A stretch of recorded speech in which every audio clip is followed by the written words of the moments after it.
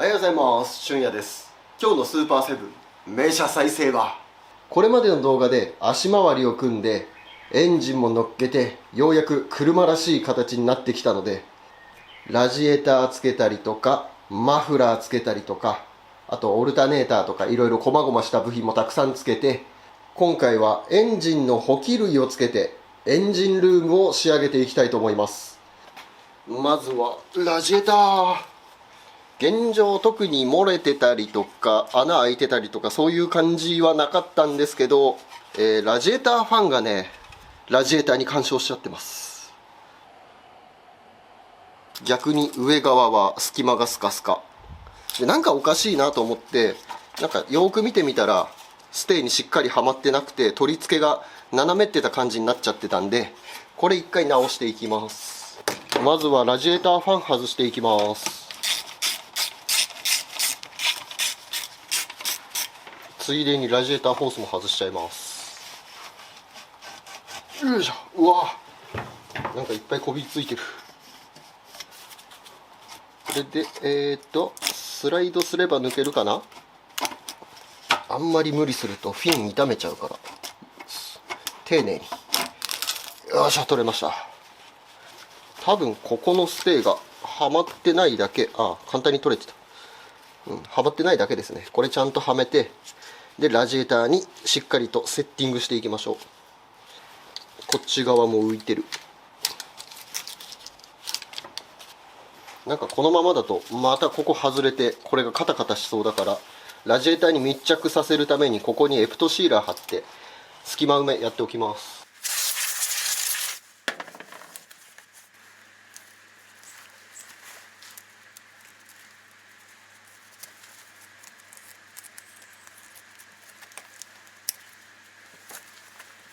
よいしょ。これで OK。 これでラジエーターに傷が入ることもなくなったし、隙間が埋まったから冷却効率も少し上がりました。よいし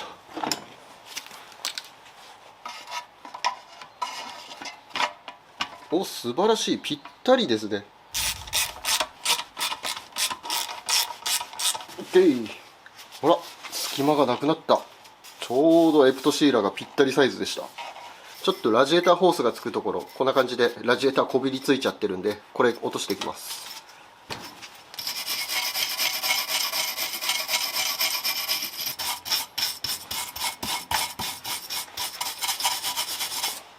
そして一応この中にゴミが詰まってないかとか見るために軽く水洗いしていきます。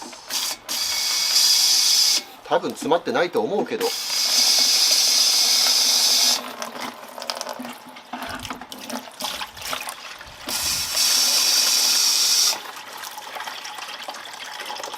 大丈夫そうですね。ゴミとかもなさそうだし、そしたらこれこのまま車組んでっちゃいます。ラジエーターをマウントするためのゴム、新品で組んでいきたいと思います。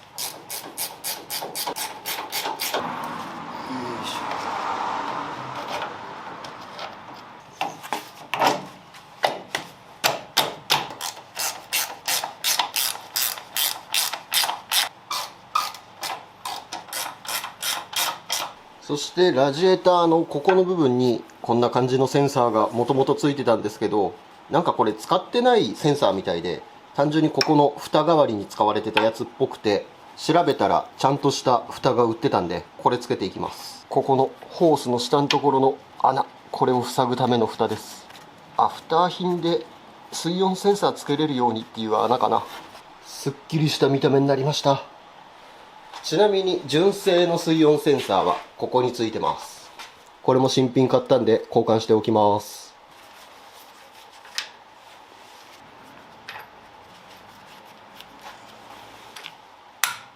よし。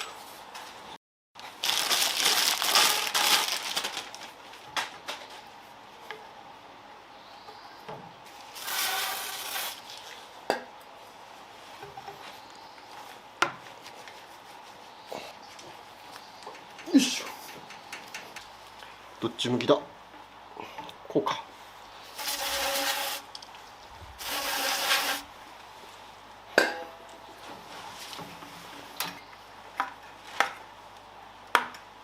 よいしょ。ウォーターポンプ新品に交換したんですけど、ここのニップルがついてきてなかったんで、古いやつからこれ外して移植していきます。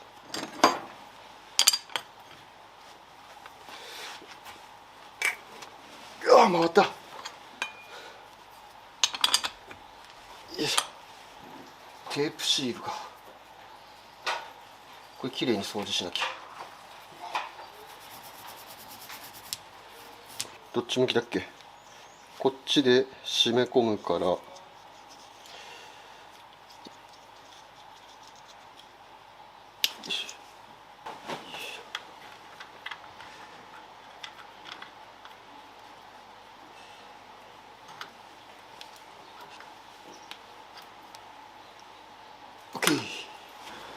オルタネーターつけていきます。この辺につきます。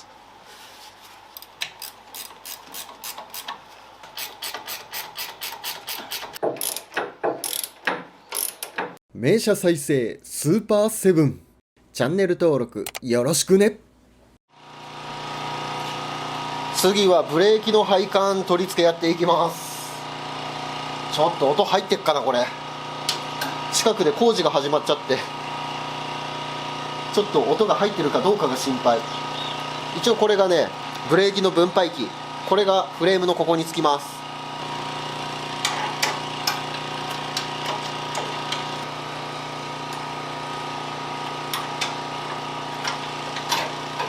そしてボディ側に留めるこんな金具がここにつきます。これと配管をつなぎます。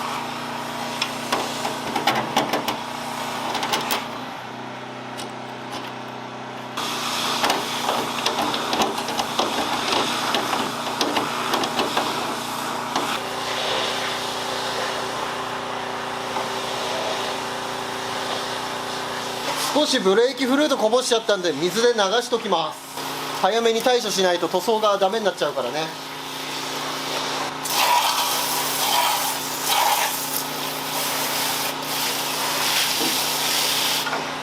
ダメだね、多分これ音声がまともに取れてなさそうな気がするんで、ちょっと音がなくてもできそうな作業みたいな感じで、これから磨き入れてきます。ポリッシャーの音だったらほらどうにかそれでかき消せるかなと思って、フェンダーとあとここのノーズコーンとかボディの磨きとか、何やるか分かんないんですけど、これから磨きやってきます。とりあえず今フェンダー、塗りっぱなしでゴミとかもちょっとついてたりするんで、2000番のペーパーでさっとゴミ頭弾いて、でポリッシャー使って 8000LS コンパウンドで磨いていきたいと思います。と言っても面積的に小さいからそんな磨く面積ないんですけどね。ゴミもそこまでついてないし、ほんと何個か頭弾く程度で。ここからはひたすら作業シーンが続くので、補足をナレーションでお伝えします。ここは塗装ブースじゃなくただのガレージなので、どうしても塗装するとゴミがついてしまいます。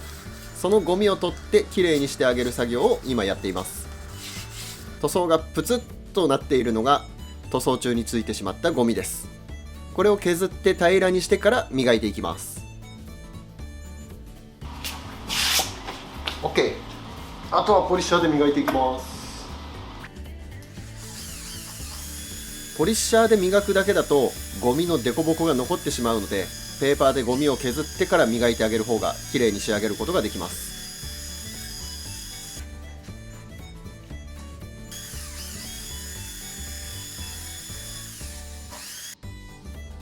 塗装した後、シンナーの揮発で塗装の表面が痩せてツヤが引けるなんていうこともあるので、磨きで塗装のツヤを復活させます。磨く前はツヤが引けてぼやけていた塗装が、磨いた後はツヤが出て、カメラや蛍光灯の輪郭がくっきり映るようになりましたね。とりあえずざっと 8000LS で表面の肌調整とゴミ落としまで終わりました。元の状態取り忘れてたんで、反対側でこんな感じで塗装の表面にやっぱりゴミついちゃってるんで、こういうのをペーパーで落としたりとかして、表面のこのシワシワした塗装の肌、これがツルツルになるように今磨いていました。これをポリッシャーで磨いてあげるとこんな感じになります。だいぶつるっと表面仕上がってます。もちろんこのままでも別にいいんですけど、ちょっとこう今表面白ぼけた感じで磨き傷というちょっとバフ目みたいなのがね、こういう風に入って表面が白ぼけてしまってるんで、この後超微粒子のコンパウンドを使ってさらに艶出しをかけていきます。艶出しかけるとこのバフ目のこの白くモヤモヤした感じも全部なくなって綺麗な塗装に仕上がると思います。ウルトラカット艶出し剤かけていきます。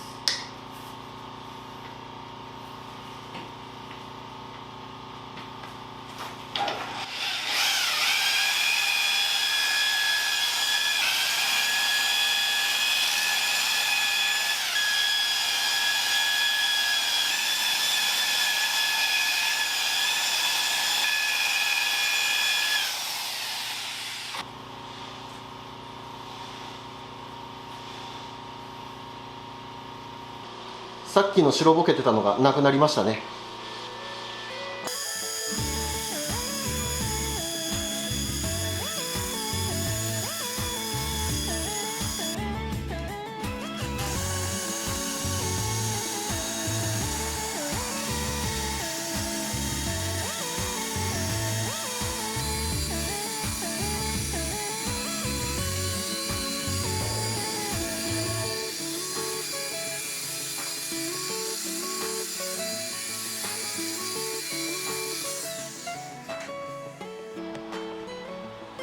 磨き終わりました。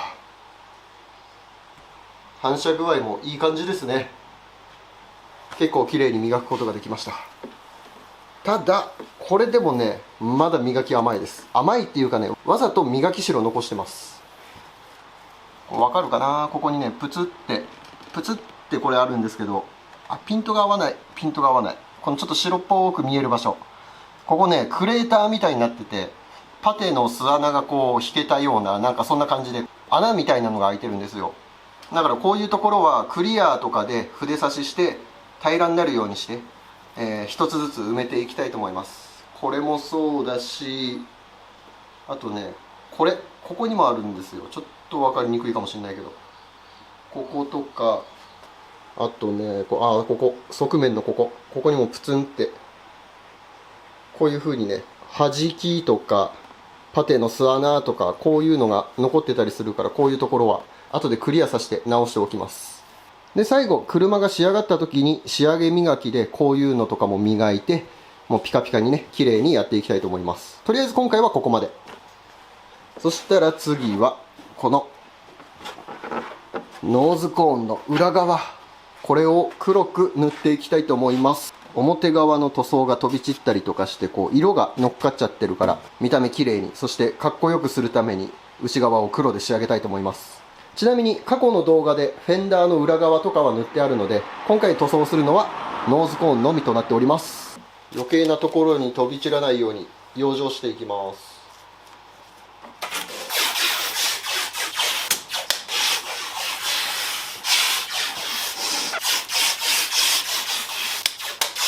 内側を黒く塗る理由、それはかっこいいからです。ただそれだけ。板金した時に裏側はもう足付け終わってるんで、脱脂だけしてそのまま塗っていきます。塗装タイムは言わないよ。そんな大した塗装じゃないからね。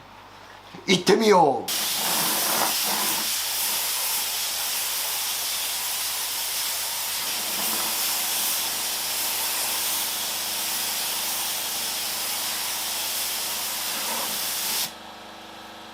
こうやって耳をつけるようにマスキングやっておけば表側に飛び散らないからね、マスキングがめちゃくちゃ楽に終わります。この塗装が乾くまでの間にまたボディの磨き進めていきます。前回はマフラーを取り付けるために左側面のこのボディを磨いたから、今回は右側です。そしてここについてるエンブレム、本来エンブレムはリアフェンダーかトランクパネルかなんかその辺にねついてるみたいです。視聴者の方がコメントで教えてくれたんで、純正の元通りの位置に戻すためにこのエンブレムは剥がして右側面の磨きやっていきたいと思います。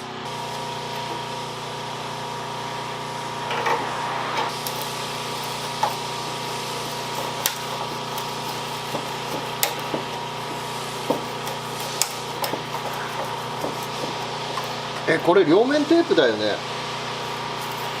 いや、両面テープかわかんないけど、多分くっついてるだけ。あ、取れた。あ、両面テープだ。めちゃくちゃ薄い両面テープでした。取れました。トレーサーでのり剥がしをします。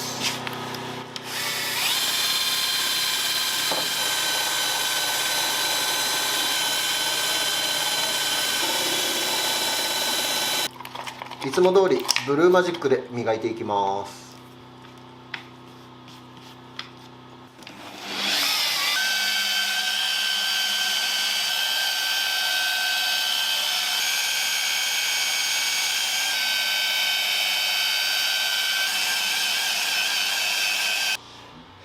ざっと磨きが終わりました。結構反射しててね、パッと見は綺麗になった感じがしますね。鏡みたいになってるんですけど、ただこれでもちょっと磨きが甘いです。ここエンブレムが貼ってあった場所なんですけど、ここね、両面テープでパネルが腐食しちゃって、なんかここあったんだなっていうのが分かっちゃうから、もうちょっと綺麗に磨きます。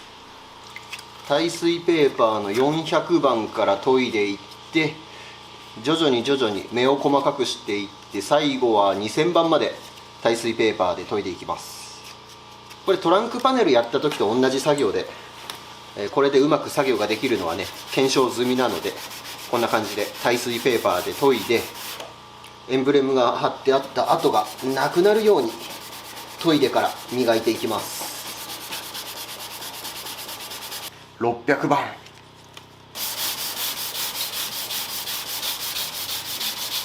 800番、1000番、2000番、これラスト。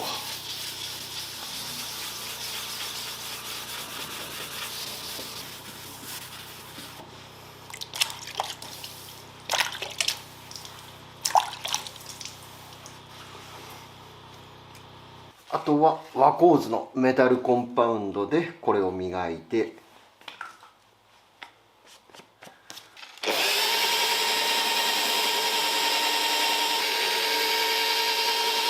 ブルーマジックで仕上げます。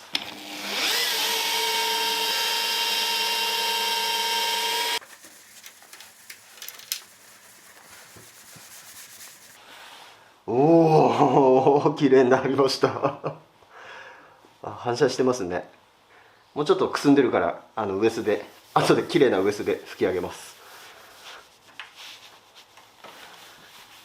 ということでボディの磨きが終わったので、これから組み立てを再開していきたいと思います。とりあえず作業が中途半端になってたノーズコーン、これの組み付けから進めていきます。まずはグリルのネットつけちゃいます。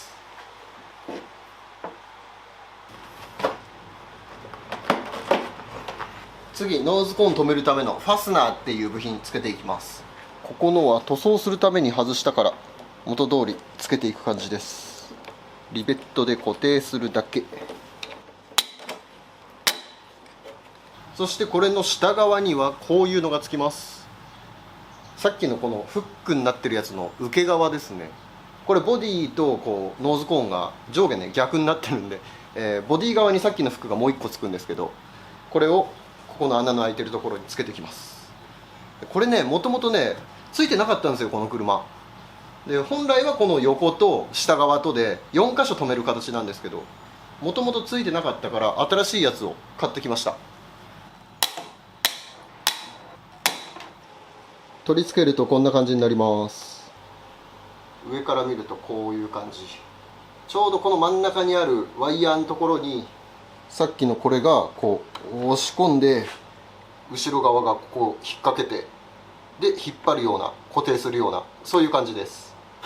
そしてボディの下側、ここにねさっきのやつを固定するんですけど、もともとついてたやつのリベットが残っちゃってるんで、リベットを剥がします。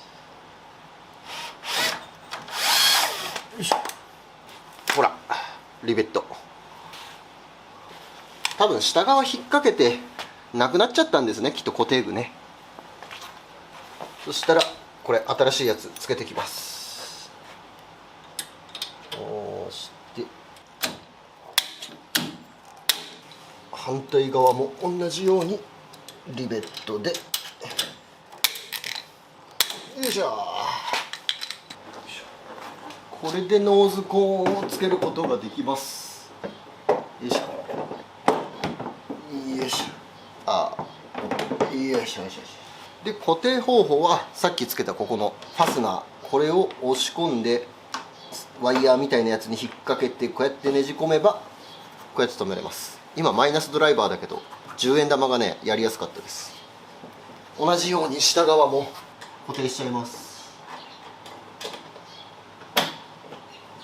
しっかりとノーズコーンを固定することができました。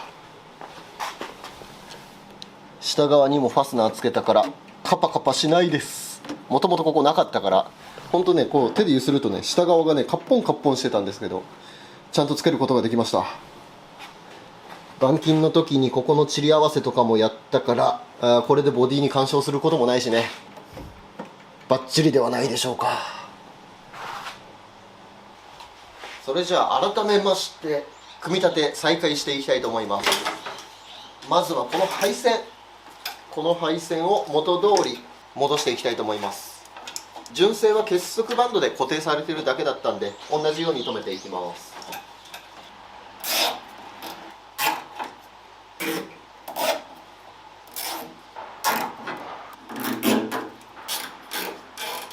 バッテリーのプラス線、ここの根元の部分保護してたゴムみたいなやつがボロボロになってたんで、さすがにちょっとそのままだと怖いから熱収縮チューブで保護しておきます。こうやってかぶせてライターで炙る。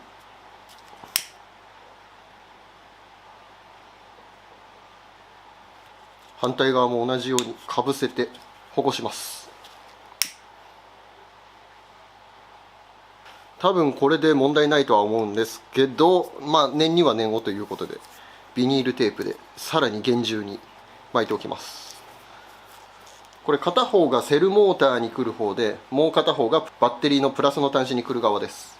セルモーターのすぐそばにねエンジンブロックがあったり駅マニがあったり、結構振動で揺れて接触しちゃう可能性がありそうな気がするから、ちょっとやりすぎなぐらいに保護しておきます。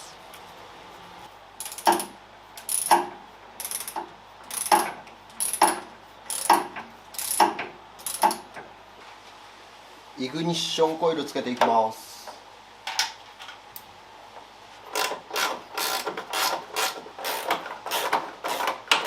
そしてこれがクーラントのリザーブタンク。よいしょ。でこっちがブローバイのタンク、これが後ろのここにつきます。とりあえず仮でつないどいてこんな感じ。こっちもブローバイのホースここに差し込んで、よいしょ。クランクプーリーのベルト、これかけときます。オルタネーターとクランクとウォーターポンプとつなげるベルトです。前のオーナーからね新品で使ってないやつもらったんですけど、なんか長期保存で経年劣化でもうひび割れ起こしちゃってて、これ使えなさそうなんで新しいやつ買いました。これをここにつけます。オルタネーターをフリーにした状態でベルトをかけて、そしてオルタネーターちょっと引っ張った状態で締め込んでいきます。ベルトにテンションがかかるように。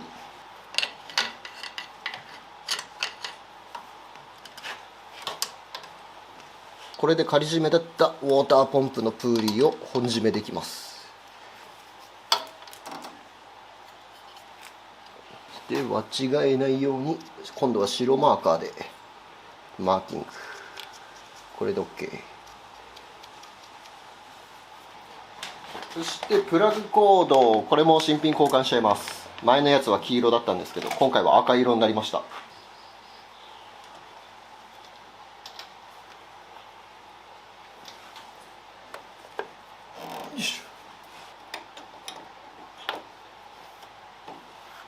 アクセル、ブレーキ、クラッチペダル組んでいきます。軸になるボルトにはこうやってグリス塗っといて、で同じくペダルの中のブッシュにも念のためグリスを入れて、ここに銅ブッシュが入ってて、真鍮かな、真鍮のブッシュが入っててカラーが入ります。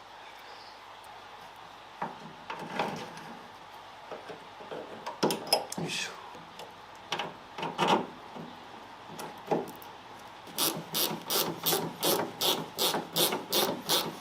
アクセルワイヤーとクラッチワイヤー、これ動きがねあんまり良くないです。なんかゴミ噛んでるのかグリスが古くなってるからか、すっごいねワイヤーの動きが重たい。で見ての通り結構汚れてるから新品とも思ったんですけど、新品もちょっと高かったからこれ掃除して再使用していきたいと思います。まずは外側一回きれいにしちゃいます。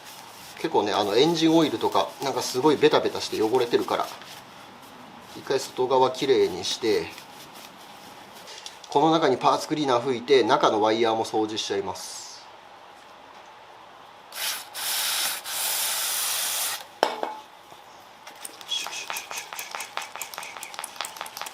パーツクリーナー吹いただけですごく軽く動くようになった。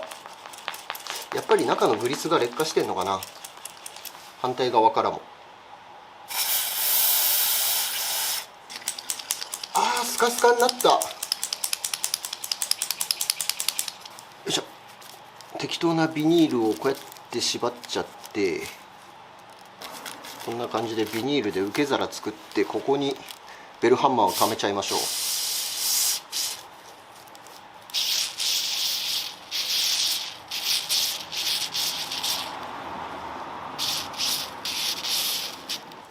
これでこうやってシコシコすれば流れていかないかな。出てきた。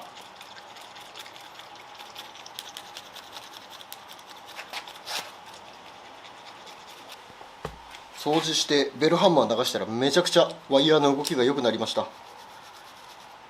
ほら、クラッチワイヤーなんてこんなに軽々ですよ。最初すごい抵抗あったのに。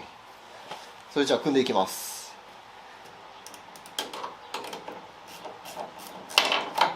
はい、ということでエンジンルームの組み付けがだいたい終わりました。あとはステアリングシャフト通してインマにつけて、キャブレター、前回オーバーホールやったキャブレター、これを取り付けて、あとはバッテリーをつければエンジンルームが完成です。でステアリングシャフト通すためには、あそこのスカットルパネルって内装部分の方もやらないとステアリングシャフトちょっと通すことができないので、それは後回し。そしてキャブレターもちょっと後回しにしときます。ここの整備ができなくなっちゃうから。でバッテリーは今つけてしまうとバッテリー上がり起こしたりとかすると困るんで、バッテリー作業も最後の方になると思います。イレギュラーでボディ磨いたりとかいろいろやったんで、多分動画の時間はちょうどいいぐらいになってると思うんで、今回はこのぐらいの作業で終わりにしておきたいと思います。最後までご視聴ありがとうございました。また次回もご覧ください。バイ。